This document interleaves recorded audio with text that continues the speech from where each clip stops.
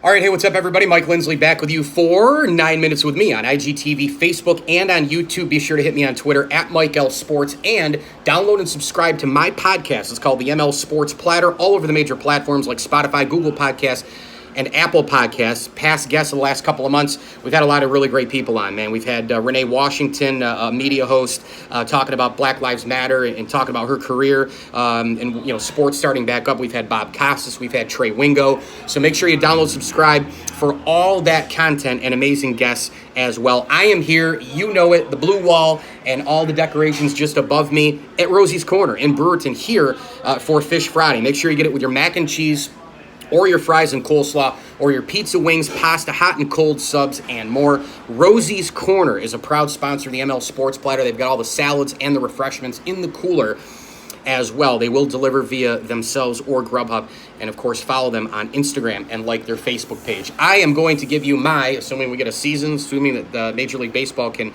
pull this thing off, I'm going to give you my 2020 Major League Baseball preview.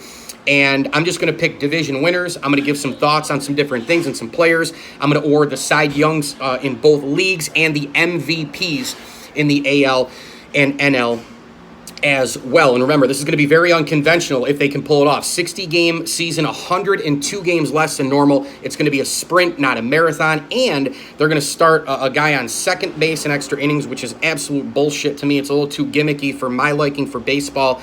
And the universal DH, which I'm all in on for both leagues, AL and the NL.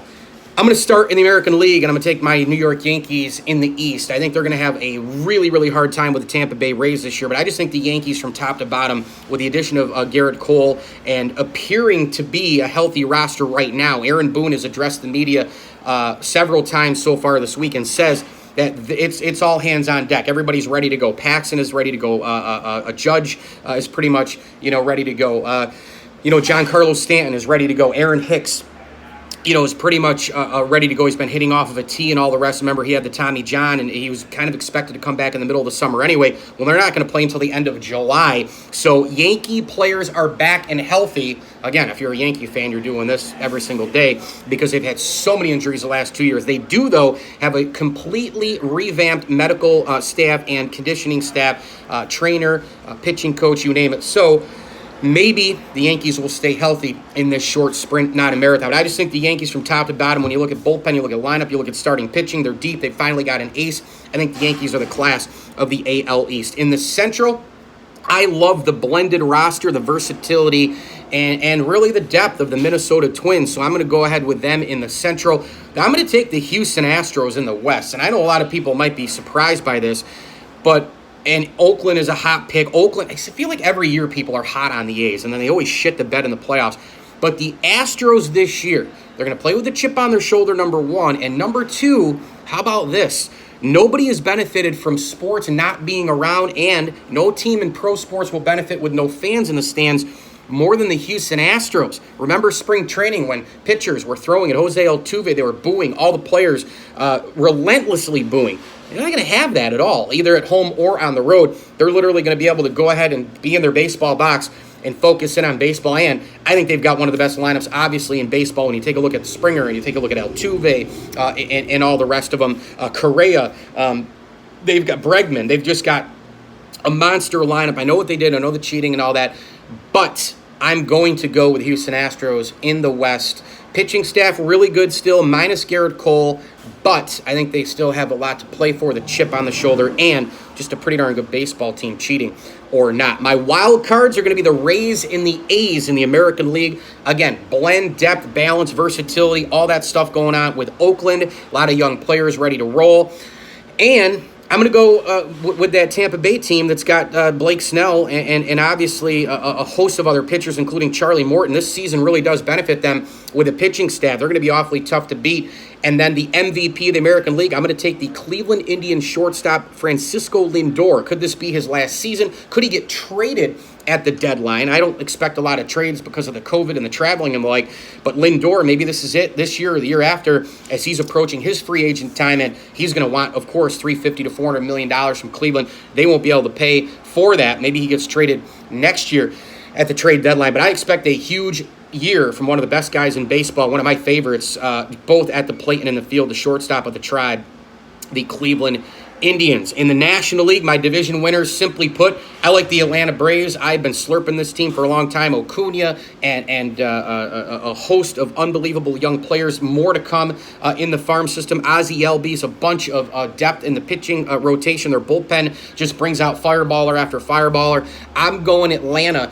In the NL East, I also think it's difficult for the Nats, coming off of their World Series, haven't played in a long time. It's always hard to kind of do what you did last year. Atlanta, I think, is primed and ready to win the division. In the Central, I'm going to take the Milwaukee Brewers, led by Christian Yelich. And then in the NL West, I'm going to go with the LA Dodgers. There's no better team on paper. There's no better team with the combination of things, starting pitching and bullpen and full roster, terrific manager in Dave Roberts. I'm going to go with the LA Dodgers in the West. Who in the world wants to face that lineup with Turner and Bellinger and Mookie Betts, of course, there as well? I know you probably forgot that, right, during quarantine, that Mookie Betts, is an LA Dodger. They are locked and loaded to win. And remember, LA's had arguably the best baseball team in the regular season the last 3 years, and they have not gotten it done over the hump. Well, I think they do it in 2020 if we have a sprint, not a marathon. My wild cards are going to be the Nationals and the Phillies, so that means 3 teams from the NL East go into my playoff bracket.